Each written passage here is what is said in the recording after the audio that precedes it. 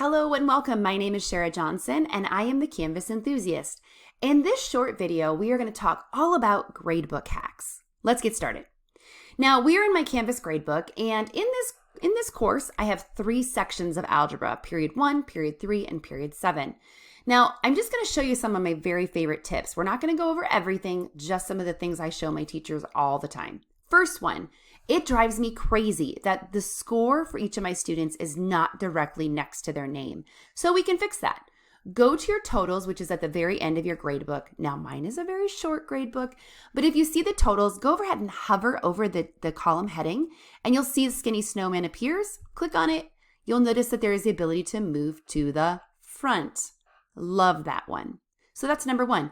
Number 2, I also really hate it that all of my unpublished assignments are listed in my landscape, because this makes my gradebook really, really long, especially when we get to December or April or May. So we can actually get rid of those if we don't need to see them. Go to the View button at the very top and select Unpublished Assignments. And there they are. They're gone. Now, the other thing I like under that, you'll notice that there's a View and there's a Notes column.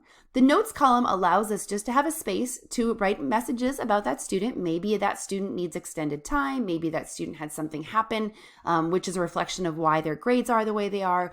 That is just for you as a teacher. I can put notes in there and I will be the only person who sees that. So that Notes column is really, really nice. Okay. Now, let's say, for example, I just want to look at period 3. I really get lost in all of these students. So I can go to my View and I can filter my gradebook by section. What this does is at the very top, I now have a drop down. I can select period 1, period 3, or period 7, and I can look at just those students who are in period 3. Or I can look at all the students that are in period 7, or I can look at them collectively in all. Okay, so since we're in that status or that view space, let's look at it one more time. I'm going to go to the filter again, and this time I can filter by module. Now, I don't have a fully built out course, but notice I now could just look at chapter 1. If I had multiple chapters, I could look at just at that chapter. This allows us to really focus in on one specific module at a time, and it just makes it a little bit easier.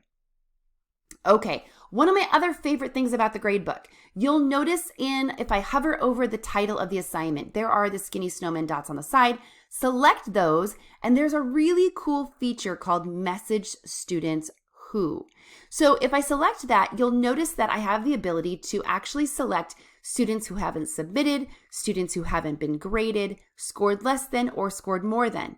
So maybe I want to tell the students who hasn't been graded, hey, get your assignment in ASAP. Or I could say scored less than. I could specify maybe less than 8. Notice it populates the students for me automatically. And I could send a message that says, hey, just make some corrections and resubmit. That feature is amazing. The message shows up in the student's inbox and they can respond from there if they choose to, but it is tracked in the inbox, which is really, really nice.